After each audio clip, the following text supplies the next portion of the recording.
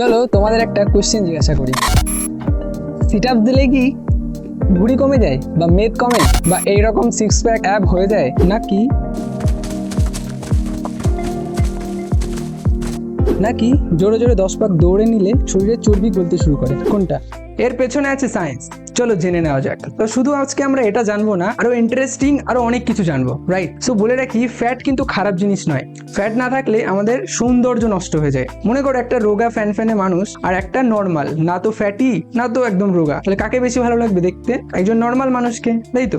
তো body mass index অনুযায়ী একজন ব্যক্তির শরীরে 18.5 থেকে 24.9 এটা হচ্ছে নর্মাল বডি ওয়েট। এটা ক্যালকুলেট করবে কি করে? কেজিতে নিজের বডি ওয়েটকে উচ্চতার স্কোয়ার দিয়ে ভাগ করলে বেরিয়ে যাবে।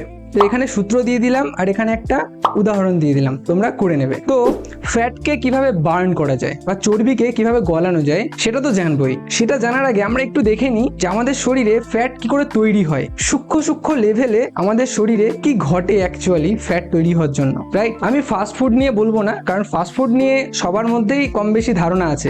আমি নর্মাল খাবার নিয়েই বলবো। তো আমরা রোজ যে খাবার খাই তার মধ্যে 6টা উপাদান থাকে। যাই খাই না কেন এই 6টার বাইরে কিচ্ছু খাই না বা খেতে পারি না আমরা, রাইট? তো এই 6টা উপাদান কি কি? Protein, carbohydrate, fat, vitamin, minerals এবং ওয়াটার। এই 6টা উপাদান। তার মধ্যে প্রোটিন, কার্বোহাইড্রেট এবং ফ্যাট এই তিনটেই হচ্ছে মূল উপাদান যেগুলো আমাদের শরীরে শক্তি তৈরি করে, ফ্যাট তৈরি করে এবং শরীরকে গঠন করে। আমাদের মধ্যে একটা ধারণা আছে যে জীবনে বেঁচে থাকতে গেলে খাদ্য গ্রহণ করতে হবে, খাদ্যই আমাদের মেইন ফিউল জীবনে বেঁচে থাকার জন্য, রাইট? ঠিক পেট্রোলের মতো, একটা গাড়ি চলতে গেলে যেমন তাকে পেট্রোল দিতে হয় তাহলে সে চলতে পারে, ঠিক একই রকম। কিন্তু পেট্রোলকে কি সরাসরি মাটির থেকে তুলে গাড়ির মধ্যে দিয়ে দেওয়া হয়? নিশ্চয়ই না। কি করা হয়? একটা সংশোধনাগারে পেট্রোলকে বিভিন্ন রাসায়নিক বিক্রিয়ার মাধ্যমে তাকে ব্যবহারযোগ্য পেট্রোলে পরিণত করা হয়, তারপর সেটাকে গাড়িতে দেওয়া হয়, তাই না? ঠিক একই রকম ভাবে খাবার সরাসরি আমাদের শরীরে শক্তি তৈরি করে না। তাহলে কে শক্তি তৈরি করে? এটিপি, যেটাকে আমরা অ্যাডিনোসিন ট্রাইফসফেটও বলি, এটিপি, রাইট? আমাদের শরীরেও সংশোধনাগার রয়েছে যেটাকে আমরা ডাইজেশন প্রক্রিয়া বা হজম প্রক্রিয়া বলি। হজমের পর খাদ্যের যে 6টা উপাদান রয়েছে সেগুলো আমাদের রক্তে মেশে। তারপর কি হয়? প্রোটিনের সাথে কি হয়? হজম হওয়ার পর প্রোটিন অ্যামিনো অ্যাসিডে পরিণত হয়, তারপর রক্তে মেশে, তারপর আমাদের লিভারে গিয়ে জমা হয়ে যায়, তারপর যেখানে দরকার সেখানে ডিস্ট্রিবিউট হয়ে যায়। ওকে, ফ্যাটের সাথে কি হয়? ফ্যাট ফ্যাটি অ্যাসিডে পরিণত হয়, তারপর রক্তে মেশে, তারপর কি হয়? কিছু পরিমাণ শক্তি তৈরি করে। শক্তি মিন্স এটিপি তৈরি করে। কখন এটিপি তৈরি করে সেটাই আমাদের মূল আলোচ্য বিষয়, রাইট? আর কি করে? সেল মেমব্রেন, অর্থাৎ আমাদের যে কোটি কোটি কোষ আছে, কোষের পর্দা তৈরি করে, রাইট? কিছু ফ্যাট হরমোন তৈরি করতে সাহায্য করে। আমরা জানি কিছু ভিটামিন জলে দ্রবীভূত হয়, কিছু ভিটামিন ফ্যাটে দ্রবীভূত হয়, তাই তো? তো এ, ডি, ই, কে, এই যে 4 ধরনের ভিটামিন আছে, এ, ডি, ই এবং কে, এরা মূলত ফ্যাটে দ্রবীভূত হয়। তো ফ্যাট কি করে? এই 4 ধরনের ভিটামিনকে পরিবহন করে, ঠিক আছে, নিজের সাথে নিয়ে পরিবহন করে। এন্ড অবশেষে কি হয়? অ্যাডিপোজ টিস্যু, যেটাকে আমরা ফ্যাট বলি বা চর্বি বলি, অবশেষে এই 4টে ভিটামিন ওই চর্বির মধ্যে স্টোর হয়ে থাকে এবং রাসায়নিক বিক্রিয়ায় ব্যবহৃত হয়, রাইট? ফ্যাট কিন্তু 2 ধরনের। একটা হচ্ছে সাবকিউটেনিয়াস ফ্যাট, যেটা আমাদের ত্বকের নিচে থাকে, শরীরকে গরম রাখতে সাহায্য করে বা উষ্ণতা দেয়। তাই জন্য দেখবে মোটা মানুষদের শীত কম লাগে কিন্তু গরম বেশি লাগে, রাইট? এই সাবকিউটেনিয়াস ফ্যাট কিন্তু ক্ষতিকর নয়, এটা ভালো, শরীরের সৌন্দর্য বৃদ্ধি করে, রাইট? আর একটা ফ্যাট কি? Visceral fat. এটা কি হয়? আমাদের পেটের গভীরে বিভিন্ন অঙ্গের গায়ে বা অঙ্গের চারিদিকে বা অঙ্গের পাঁচিলে জমা হয়ে থাকে, এদেরকেই মূলত অ্যাবডোমিনাল ফ্যাট বলা হয়। এরা কিন্তু ক্ষতিকর, রাইট? আমরা জানি রক্তের মধ্যে দিয়ে ফ্যাট যখন যায়, তো এই ভিসেরাল ফ্যাট আমাদের যে শিরা এবং ধমনী আছে যার মধ্যে দিয়ে রক্ত পরিবাহিত হয়, রাইট? তো এই ভিসেরাল ফ্যাট কি হয়? এই শিরা ধমনীর গায়ে, ভেতরের গায়ে জমা হতে থাকে, ঠিক আছে? যখন অনেক বেশি মাত্রায় জমা হতে থাকে তখন কি হয়? এই প্রাচীরটা আস্তে আস্তে যা ভেতরের জায়গাটা সরু হতে থাকে, ফলে কি হয়? আমাদের রক্ত আরো স্পিডে প্রবাহিত হয়। মানে কি? যদি একটা পাইপ দিয়ে যখন জল দেওয়া হয় এবং পাইপের মুখটা যদি চেপে ধরে রাস্তাটা ছোট করে দাও, তাহলে কি হয়?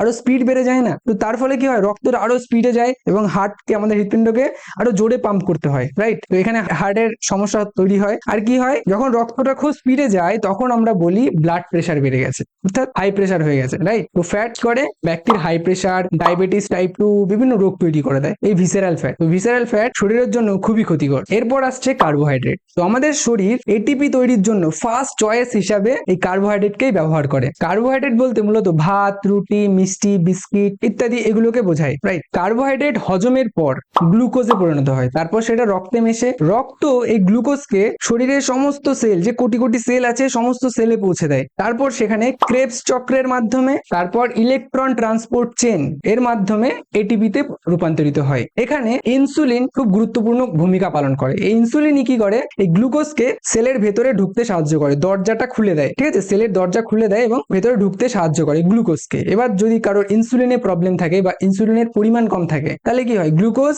রক্তেই থেকে যায়, সেলের ভেতরে প্রবেশ করতে পারে না। আমাদের কোটি কোটি সেল আছে, সেলের ভেতরে প্রবেশ করতে পারে না। তখন কি হয়, রক্তে গ্লুকোজের মাত্রা বেড়ে যায়, তখন আমরা বলি তার সুগার হয়ে গেছে, রাইট? আমাদের শরীরে ততটাই এটিপি তৈরি হয় যতটা আমাদের কাজের জন্য প্রয়োজন, কারণ এটিপি সঞ্চিত হয়ে থাকে না বা স্টোর হয়ে থাকে না, যা তৈরি হয় তা খরচও হয়ে যায়। তবে কিছু পরিমাণ এটিপি আমাদের মাসেলের ভেতরের মায়োফাইব্রিন সেখানে সঞ্চিত হয়ে থাকে। এই সম্পর্কে আরো ডিটেলসলি আমরা পরবর্তী ভিডিওতে জানবো, তো এখন বেশি ভিতরে যাব না। তো পুরো দিন কাজের জন্য যতটা পরিমাণ আমাদের এটিপি প্রয়োজন, ততটা তৈরি হয়ে যাওয়ার পর কিছু পরিমাণ এটিপি আমাদের মাসেলেও সঞ্চিত হয়ে গেল। তারপরেও যদি রক্তে গ্লুকোজ থেকে যায়, তাহলে তার সাথে কি হয়, সেই গ্লুকোজ গ্লাইকোজেনে পরিণত হয়।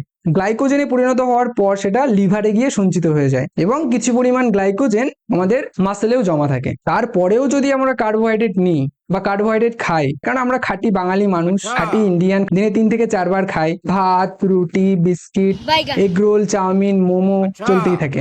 এই বাঙালিরা রাগ করো না, কিন্তু খারাপ মনে করো না। তো তারপরেও যদি কার্বোহাইড্রেট খাওয়া হয়, তাহলে সেই কার্বোহাইড্রেট বা গ্লুকোজ কি হয়, ফ্যাটি অ্যাসিডে পরিণত হয়। তারপর সেই ফ্যাটি অ্যাসিড ভিসেরাল ফ্যাটও হতে পারে, আবার সাবকিউটেনিয়াস ফ্যাটও হতে পারে, রাইট? এবার আসছি আজকের মেইন টপিকে, যে এই ভিসেরাল ফ্যাটকে বা সাবকিউটেনিয়াস ফ্যাটকে সায়েন্টিফিক ভাবে কিভাবে বার্ন করা যায়, রাইট? সো আমাদের শরীরে 3 রকমের এনার্জি সিস্টেম থাকে। আমাদের কাজের ধরনের উপর ডিপেন্ড করে এই এনার্জি সিস্টেম গুলো অ্যাক্টিভেট হয়, ঠিক আছে? প্রথম সিস্টেম হচ্ছে এটিপি পিসিআর সিস্টেম। প্রথম যে এনার্জি সিস্টেমটা আছে সেটা হচ্ছে কি, এটিপি পিসিআর সিস্টেম। মানে কি, এটিপির সাথে ফসফোক্রিয়েটিন যুক্ত হয়। কখন? যখন কোনো কাজ 1 থেকে 10 সেকেন্ড পর্যন্ত স্থায়ী হয়। খুব উচ্চ মাত্রার কাজ, উচ্চ ইন্টেন্সিটির কাজ, যেটা 1 থেকে 10 সেকেন্ড পর্যন্ত স্থায়ী হয়। যেরকম ধরো খুব ভারী একটা বোঝাই ব্যাগ তুমি মাটির থেকে তুলে মাথায় নেবে, মোটামুটি 2 সেকেন্ড লাগবে সময়। হয় তুমি নিঃশ্বাস নাও না, দম বন্ধ করে এক ঝটকা মেরে তোলো, এই যে কাজটা হয়, এই সময় তোমার এটিপি কিভাবে তৈরি হয়? তাহলে সেই বলেছিলাম, মাসেলে কিছু পরিমাণ এটিপি সঞ্চিত হয়ে থাকে, সেই এটিপি খরচ হয়। সেই এটিপি শেষ হয়ে গেলে আমরা জানি, যখন এটিপি ভাঙে, এটিপি এটা যখন ভাঙে তখন কি হয়, তৈরি হয় এডিপি। এটিপি মানে অ্যাডিনোসিন ট্রাইফসফেট। এই ট্রাইফসফেট ভেঙে একটা ফসফেট আলাদা হয়ে যায়, তখন কি হয়, ADP diphosphate. Adenosine diphosphate, die মানে দুটো ফসফেট, ট্রাই মানে 3টে ফসফেট, ঠিক আছে? এটিপিতে কি হয়, 3টে ফসফেট থাকে, এটা যখন ভেঙে এনার্জি তৈরি করে তখন দুটো ফসফেট হয়ে যায়, এডিপি তৈরি হয়। তখন এই এডিপি কি হয়, এই যে পিসিআর অর্থাৎ ফসফোক্রিয়েটিন এর সাথে যুক্ত হয়ে আবার এটিপিতে পরিণত হয়, ঠিক আছে? আবার এটিপিতে পরিণত হয়। তবে এই প্রক্রিয়া বেশিক্ষণ চলতে পারে না, ঠিক আছে?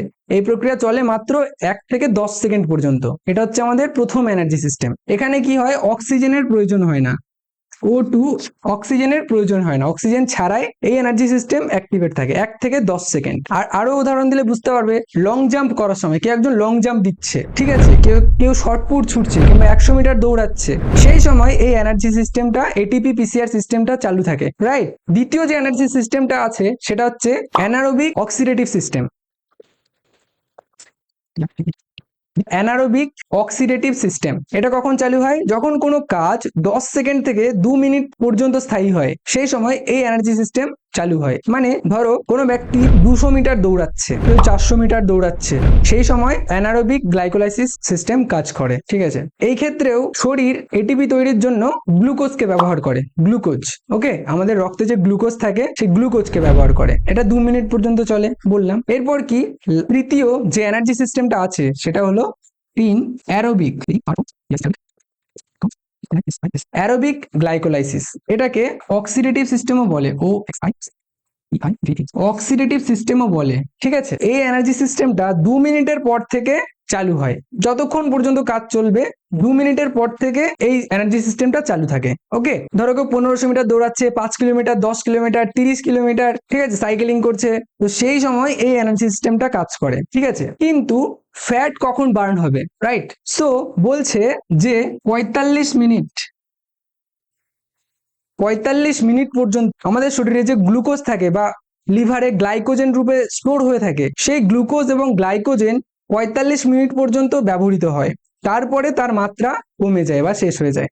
যখন এই মাত্রাটা কমে যায় তারপরে ফ্যাট বার্ন হওয়া শুরু হয়। অর্থাৎ 45 মিনিট এক্সারসাইজ করার পর বা দৌড়ানো হোক, ফুটবল খেলা, ঠিক আছে, তো 45 মিনিট এক্সারসাইজের পর তারপর গিয়ে ফ্যাট বার্ন হওয়া শুরু হয়। তো তুমি যদি ভাবলে মাঠে গিয়ে 10 মিনিট 20 মিনিট দৌড়ে নেবো, ফ্যাট বার্ন হওয়া শুরু হবে, হবে না। তোমাকে মিনিমাম 45 মিনিটস ওয়ার্কআউট করতে হবে, জোরে জোরে হাঁটো।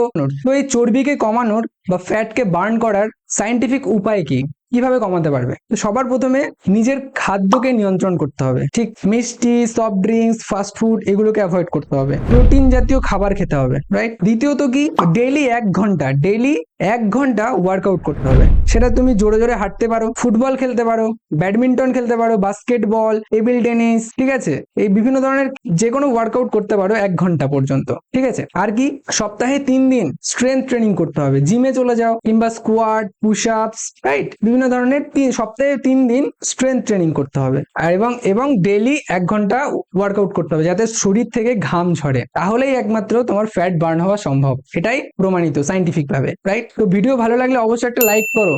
এই ধরনের ইন্টারেস্টিং ভিডিও পাওয়ার জন্য অবশ্যই চ্যানেলটিকে সাবস্ক্রাইব করো যদি ইউটিউব থেকে দেখে থাকো, আর যদি ফেসবুক থেকে দেখে থাকো তো চ্যানেলটিকে ফলো করো, রাইট? আর ভোরে ভোরে কমেন্ট করো, তোমাদের কমেন্টই আমাকে মোটিভেট করে ভিডিও বানানোর জন্য। কমেন্ট দেখছি না আমি, অবশ্যই কমেন্ট করো। সো দেখা হবে পরবর্তী ভিডিওতে, ততক্ষণ সুস্থ থাকবে, সুরক্ষিত থাকবে। জয় হিন্দ, বন্দে মাতরম।